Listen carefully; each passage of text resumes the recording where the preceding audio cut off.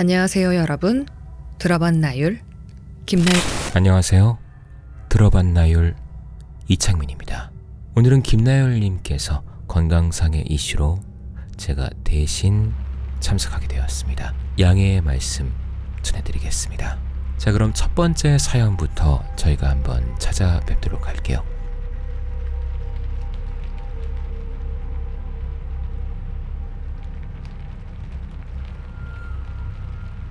히어로님께서 올려주신 사연입니다.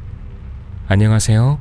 가방끈이 짧아서 글이 좀 두서없더라도 이해해주세요. 충청남도 부여군 부여읍에 살았던 충남의 아들 출신입니다. 제가 부여에 살았던 시기에 부여는 논밭밖에 없는 시골 중의 시골이었어요. 2004년도 8월 제가 고1 때 겪었던 일입니다. 저는 17살에 품행제로 사춘기가 왔습니다. 사춘기라 해봐야 시골에서 할 수 있는 일탈은 집에 밤늦게 들어가는 정도이지만 아무튼 내가 낸데 시절이죠. 그날도 친구 2명과 같이 노느라 밤이 되었지만 괜히 집에 가기 싫은 마음에 동네를 어슬렁어슬렁 다니다가 키가 꽂힌 채로 주차되어 있던 오토바이를 CT100 한 대를 발견합니다. 그러면 안 된다는 건 알지만 그때의 저는 철이 없었습니다. 그렇게 오토바이를 훔쳤습니다. 제가 운전을 하고 뒤에 친구 2명을 태웠죠. 이곳저곳 정처 없이 오토바이를 타고 놀았습니다. 앞바퀴도 들어보고 뒷바퀴도 들어보고 드리프트도 하고 그러다 넘어지고 오토바이 전조등 깨지고 무릎이 다 까져도 마냥 즐거웠습니다. 그러다가 뒤에 타고 있던 친구놈이 바다를 보러 가자고 했습니다. 부여에서 가까운 바다는 많이들 알고 계시는 대천바다가 있습니다. 친구가 바다를 보고 싶다고 하니 저는 고민도 하지 않고 바로 대천으로 출발했습니다. 이미 캄캄한 밤이었고 시골 특성상 가로등도 거의 없어서 앞이 잘 안 보였지만 저는 대천바다를 한두 번 가본 게 아니라서 거짓말 조금 보태면 눈 감고도 찾아갈 수 있을 정도였어요. 거기다가 길이 좀 울퉁불퉁해서 별로 안 좋은 길이지만 사람들이 알지 못하는 지름길도 알고 있었어요. 그렇게 우리 삼총사는 대천바다에 잘 도착했고 바닷가 들어가 수영도 하고 한참을 놀았습니다. 우리는 우연히 백사장에서 술을 먹고 있던 여자 2명하고 합석이 되어 같이 술 마시고 폭죽도 터뜨리고 놀았습니다. 합석한 여자들은 대학생, 성인이어서 술값도 여자 측에서 다 냈습니다. 새벽 3시 반 정도 되었을까요? 갑자기 빗방울이 떨어집니다. 저는 이제 슬슬 집에 가고 싶었습니다. 어머니가 평소에 5시 정도에 일어나시거든요.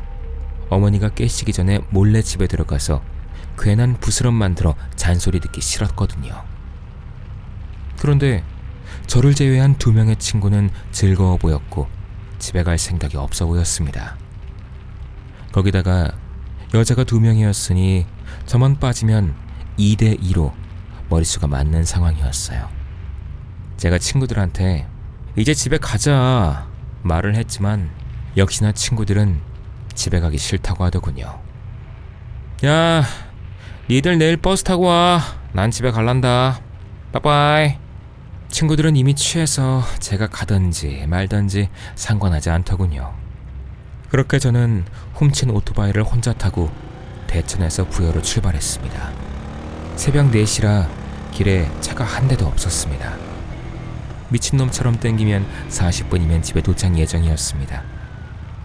출발하자마자 아까 내렸던 빗방울이 점점 굵어지기 시작하더니 10분쯤 신나게 달리고 있는데 앞이 보이지 않을 만큼 장대비가 내렸습니다. 시골에 갑자기 내리는 소나기의 파워를 아시나요? 시야가 10m 보일락말락 양동이로 때려붙는 것처럼 정말 많은 비가 왔습니다. 더군다나 아까 오토바이로 드리프트 놀이하다가 자빠질 때 오토바이 전조등이 깨져서 등이 안 나오는 상황이었어요. 소나기 때문에 앞은 잘 안 보였지만 그래도 멈출 수 없었습니다. 저는 5시 전에 집에 들어가야 했으니까요. 성주 터널을 지나 내리막길을 쭉 다 내려왔을 때 가로등이 하나도 안 켜져 있었습니다.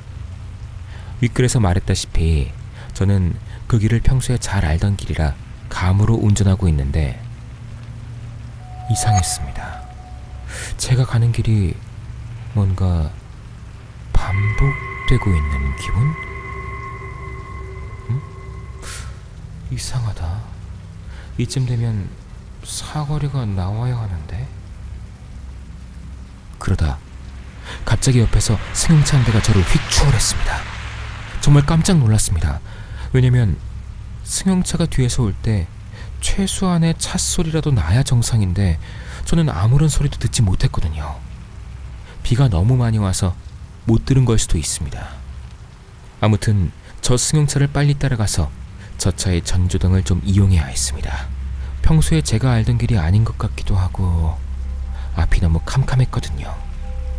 그래서 저는 악셀을 끝까지 당겨서 차를 따라잡으려 노력했습니다. 저는 어차피 훔친 오토바이라 속도 같은 건 무시하고 미친놈처럼 달린다 치지만 저 차는 비도 오는데 왜 저렇게 빨리 달려가는지 따라잡기가 쉽지 않더군요. 끝끝내 그 차를 따라잡았습니다. 그 차에서 비치는 전조등 덕분에 앞을 좀 보게 됐는데 의아하게도 제가 모르는 길이었습니다. 아무튼 뒤에서 그 차를 풀악셀을 땡기며 바짝 따라가고 있었습니다. 중간에 표지판이라도 나오면 여기가 어딘지 확인하려고 생각하고 있었는데 갑자기 앞에 차가 속도를 줄이는 거예요. 자칫했으면 차를 때려박을 뻔했습니다. 순간 운동신경으로 오토바이를 옆차선으로 휙 피했고 자연스럽게 그 차를 추월하게 됐습니다. 추월하면서 그 차의 운전석을 보는데 지금도 생각하면 소름 돋습니다. 그 차의 운전석과 조수석이 텅텅 비어 있었습니다. 아무도 없었어요. 분명히 아무도 안 타고 있는데 차가 혼자 달리고 있었습니다. 제가 본 것은 헛것이었을까요? 저는 순간 뇌정지가 왔고 앞을 보는 순간 오토바이와 함께 붕 떴습니다. 무언가를 밟은 것 같아요. 그렇게 정신을 잃었고 눈을 떴을 때는 병원이었어요. 옆에는 경찰이 있었고요. 팔꿈치와 무릎이 다 까져 있었지만 다행히 뼈가 다치거나 큰 부상은 없었어요. 제가 사고 난 지점을 경찰과 함께 찾아갔을 땐 신기하게도 그곳은 제가 잘 아는 곳이었더라고요. 참 이상하지요. 지금이라면 CCTV 돌려봤을 텐데 그 당시에는 CCTV는 없었어요. 그 일로 어머니에게 욕을 잔뜩 먹고 어머니의 도움을 받아 오토바이 배상을 해드리고 재판을 받고 1.35 판결이었던가 보호관찰 2년에 봉사활동 40시간을 받았지요. 20년도 더 지났네요. 아직도 가끔 그 길을 지나갈 때면 오싹합니다. 긴 글 읽어주심에 감사합니다. 라고 히어로님께서 작성해 주셨습니다. 사실 비가 오는 날, 그것도 장대비가 쏟아지는 날 운전을 한다는 것, 그것도 오토바이 운전을 한다는 건 사실 대단히 큰 용기가 필요하지 않을까 싶은데요. 제가 잘 아는 길인데도 불구하고 이상하다, 뭐지? 라는 그 순간만 해도 저는 이미 오싹했을 것 같은데 사연을 보내주신 제보자님께서 경험하셨던 운전석과 보조석에 아무도 없었다? 저라면 소름 정도가 아니었을 것 같아요. 저라면 분명 소리를 지르면서 놀라지 않았을까 라는 생각이 드네요. 무서운 이야기를 제가 지금 처음 사연을 읽어드리는데 소름이 돋네요.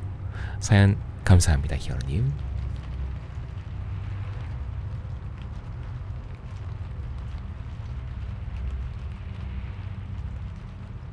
두 번째 사연, 사랑고우님께서 보내주신 사연입니다. 안녕하세요.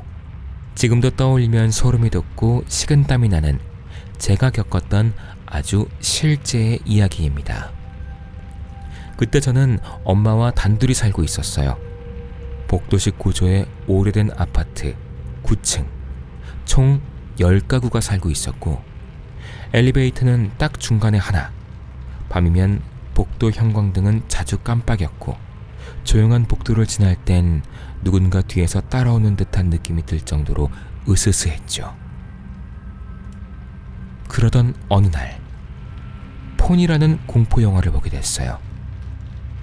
그 영화 한 장면 중 9층 엘리베이터 안에서 귀신에게 끌려가는 장면이 있었는데 정말 소름 끼치게도 그 엘리베이터 구조가 제가 매일 타는 엘리베이터와 똑같았어요. 문 가운데에 있는 작은 유리창, 복도식 아파트, 그리고 9층. 그 장면을 본 이후부터 엘리베이터 유리창이 너무 무서워졌어요. 특히 밤엔 더더욱. 깜깜한 유리 너머로 무언가가 나를 보고 있을 것 같은 기분이 들었거든요. 며칠 뒤 밤 10시쯤이었나? 갑자기 과자가 먹고 싶어져서 편의점 좀 다녀올게 하고 슬리퍼를 신고 집을 나섰어요. 엘리베이터 앞에 섰는데 왠지 모르게 섬찟한 기운이 느껴졌어요. 문이 열리고 엘리베이터를 탔는데 유리창 너머는 칠흑같이 어두웠어요. 괜히 예민한가? 혼자 중얼이며 1층 버튼을 눌렀고 문은 천천히 닫혔어요. 엘리베이터는 평소처럼 움직였고 그런데 덜컥 엘리베이터가 8층과 9층 사이에서 멈춰버린 거예요. 순간 심장이 쿵 내려앉았어요. 왜 멈추지? 고장인가? 버튼을 다시 눌러봤지만 아무 반응이 없었고 안에 있던 유리창 너머는 여전히 새카맸어요. 그 창문을 차마 바라볼 수 없었어요.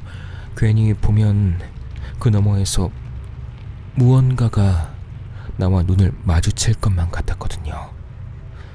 너무 무서워서 발로 바닥을 콩콩 뛰었어요. 혹시라도 누가 감지하고 움직일까 싶어서요. 몇 초가 지났을까?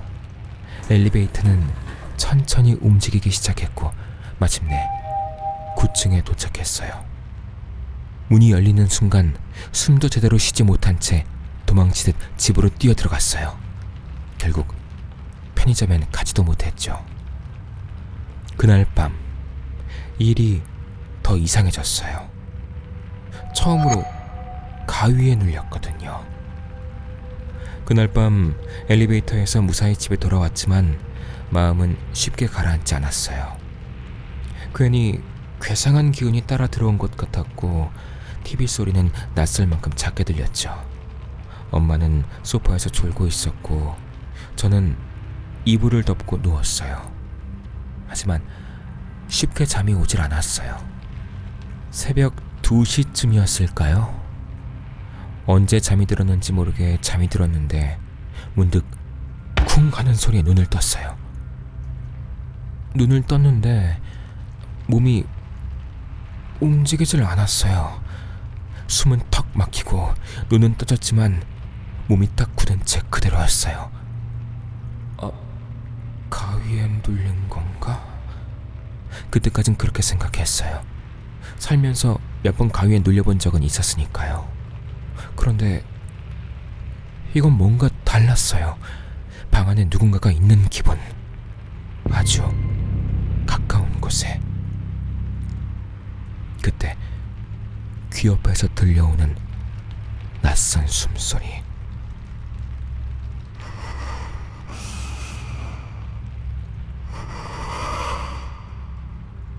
저는 숨조차 제대로 쉴 수 없었고 그 숨소리는 마치 제 귀를 타고 속으로 들어오는 느낌이었어요. 그 순간 아주 작게 아주 또렷하게 속삭이는 소리가 들렸어요.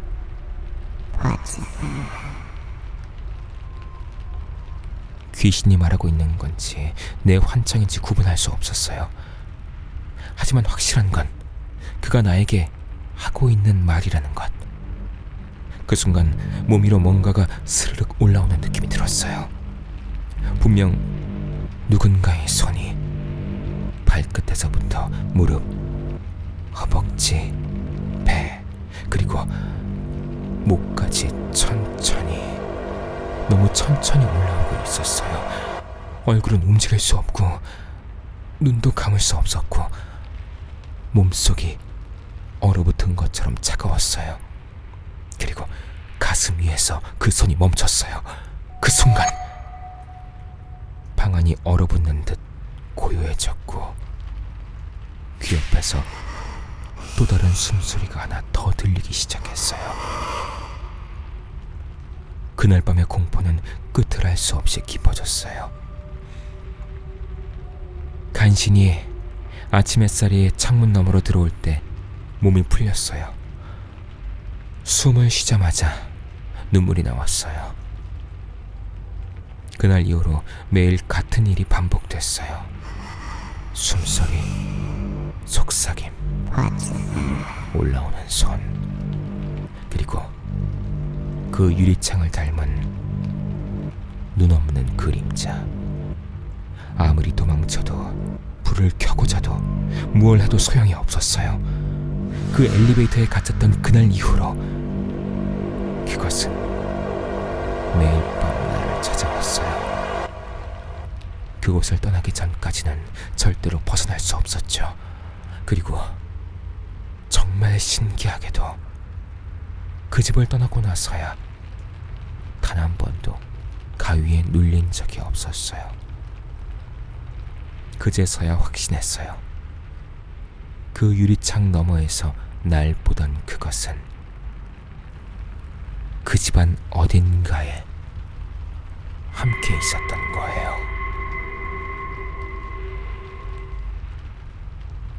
네, 사랑고님께서 보내주신 사연입니다.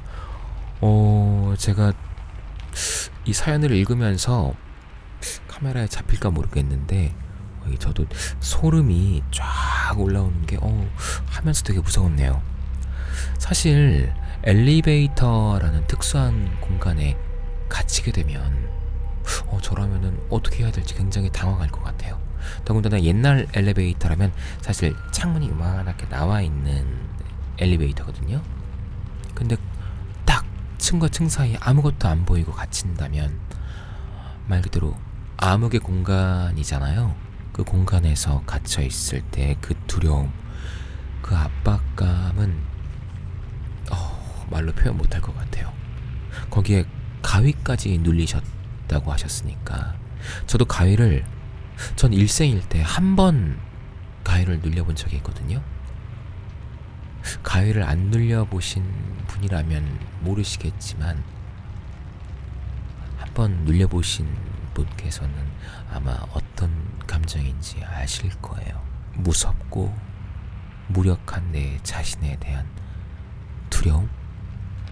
자, 다음은 유튜브 댓글로 유창호님께서 사연을 하나 남겨주셨어요. 이 사연도 제가 한번 읽어드리도록 할게요.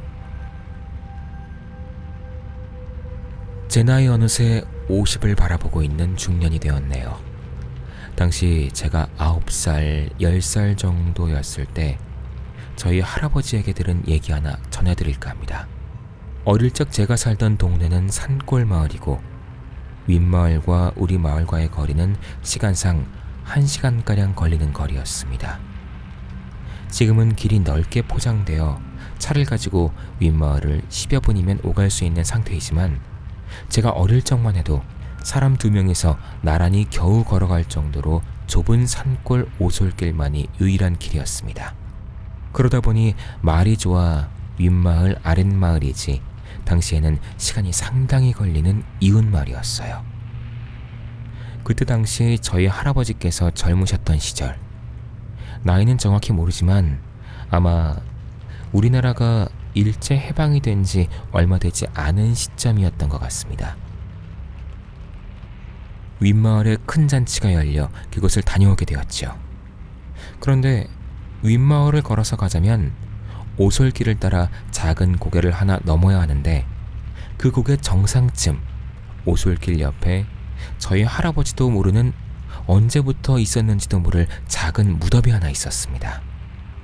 물론 저도 어릴 때부터 그 무덤을 여러 번 보았고 지금도 있습니다. 아무튼 그 오솔길을 따라 윗마을에 가신 저희 할아버지께서는 그곳에서 기분 좋게 술을 드시게 되었습니다. 당시 시절이 시절인지라 동네 잔치가 열리면 주변 동네 여기저기서 모든 사람들이 마당에 모여서 술과 고기를 먹곤 하였습니다.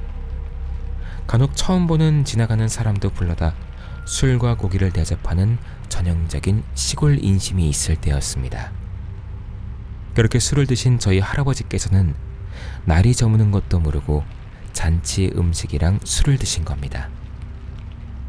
어느새 해가 지고 날이 어두워지자 늦었구나 싶었답니다.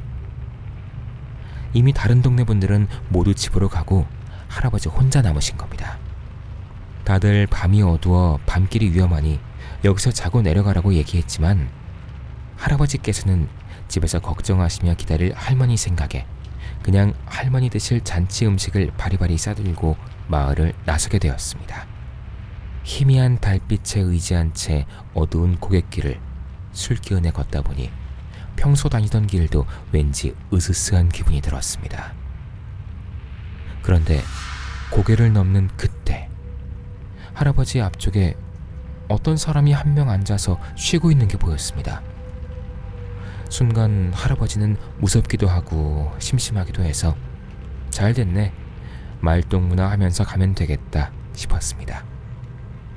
당연히 오늘 같은 이 야심한 시간에 산속에 있는 사람이라면 윗마을 잔치집에 들렸다 내려가는 사람 중 한 명일 거라 생각이 들었고, 그리고 그 고개에서 집까지는 약 30분도 안 걸리는 거리라서 같이 내려가면 되겠구나 싶었습니다.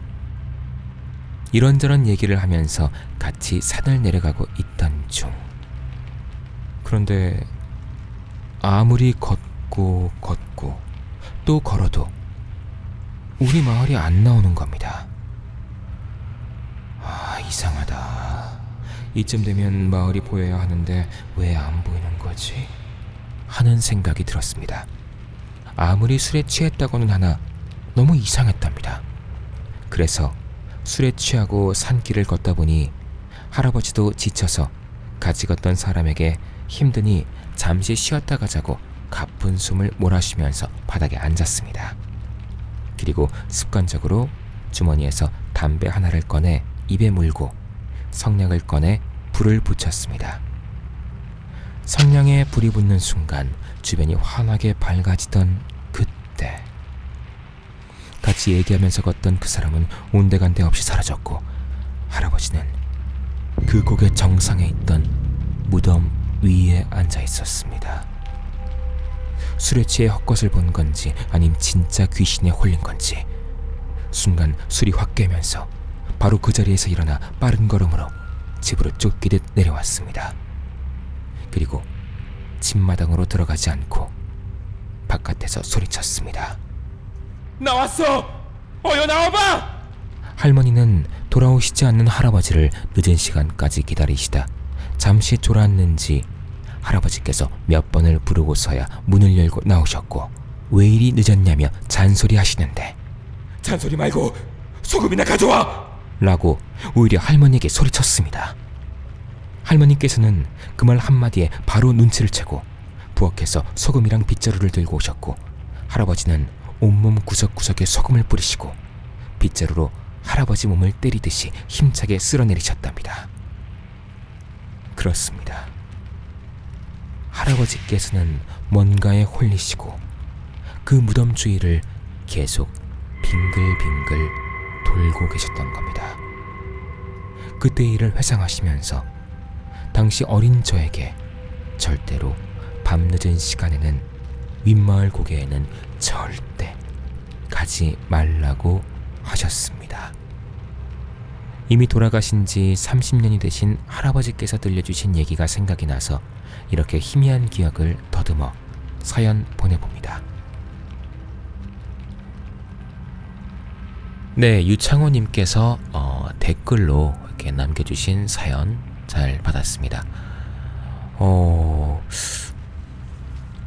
지금도 무덤 근처에 가면 사실 되게 묘한 기운이 느껴지는 경우가 사실 있거든요. 그런데 그 어두운 밤, 군대 갔다 오신 남성분들이시라면 아마 아실 거예요. 달빛에 의지해서 어두운 밤을 갈 때 그 으스스한 느낌 기억하실 겁니다. 우리 유창호님의 할아버님께서 그 달빛에 의지해서 시골길을 가셨다는 게 대단하신 것 같아요. 자, 그런데 그런 어두운 환경 속에서 무덤을 지나간다? 저라면은 제가 할 수 있을까요? 저라면 못할 것 같아요. 정말 어두운 곳에서 무덤 주위를 계속 걸어 다니셨다. 이건 정말로 우리 유창호님의 할아버님께서 무언가에 홀리신 게 아닐까. 네, 들어봤나요? 오늘의 사연 모두 읽어봤습니다. 제가 처음 진행을 하다 보니까 아직 좀 어색한 부분도 있고 한데 이 사연들을 하나하나 전해드리면서 소름이 정말 돋네요. 정말 무서운 이야기가 실제 경험에서 다 비롯된 이야기잖아요. 제가 만약 우리 사연자분들께서 경험했던 일들을 제가 경험하게 된다면 너무 무서울 것 같아요. 사실 제가 겁이 너무 많거든요. 어찌되었든 이런 오싹한 이야기 혹은 여러분들께서 경험하셨던 신비로운 혹은 이상한 이야기가 있으시다면 우리 들어봤나요 카페에 글을 남겨주시면 확인해서 모든 사람들에게, 많은 사람들에게 공유할 수 있도록 해보도록 하겠습니다. 다음 시간에 뵙도록 하겠습니다. 들어봤나요의 이창민이었습니다.